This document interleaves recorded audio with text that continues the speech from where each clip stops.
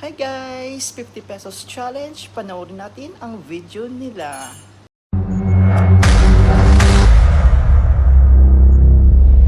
Morning! Nami lutuon karon ni Zed og apan-apan! Yay!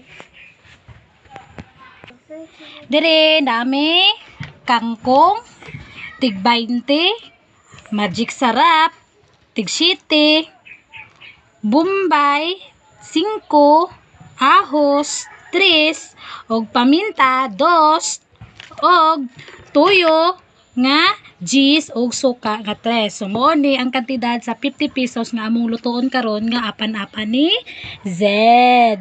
So karon pagluto ta ha. So mo ning listahan sa ko ang 50 pesos. So look. O di ba? Sa imuhang 50 makaabot na ka og apan-apan. Slice sa nato ni isa-isa kayo. Berte yung daghanang 20 nila. Asa ka makapalit ani sa palengke ron arang daghana diri sa tuang kuan. Wa tay mapupo din ni. Sige mag-slice ata ha.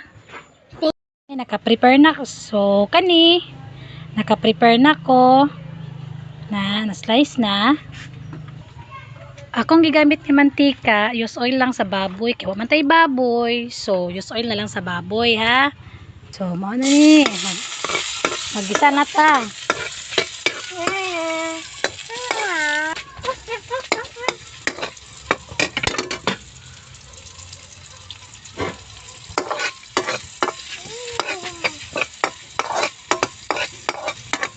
Natay apan-apan karo, mahuman og luto. Dali lang kani siya mga maluto tawon. Try ninyo ni, makasudan na mo din ani apan-apan. So kani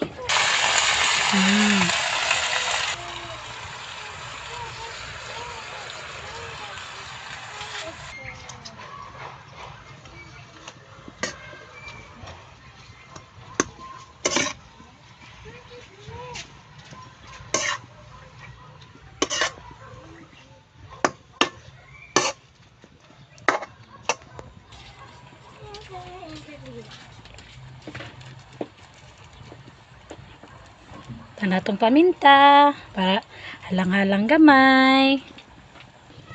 Mutangan natog tuyo. Pampalasa.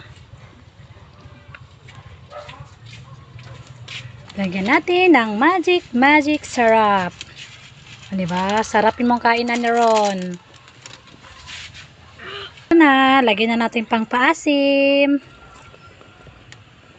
Para sarap ang kain.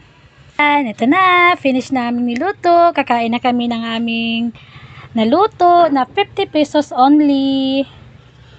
O, yan na. Kukuha na si Kuya Zed para magkain ng apan-apan. Magkain na tayo sa niluto natin sa 50 pesos. So, sa nag-antabay, maraming salamat sa pagwa sa amin. Kakain na kami. Bye-bye! Wait! I have to taste it. Okay. Good. Good, thanks. Okay, bye. Thank you sa pagtanaw.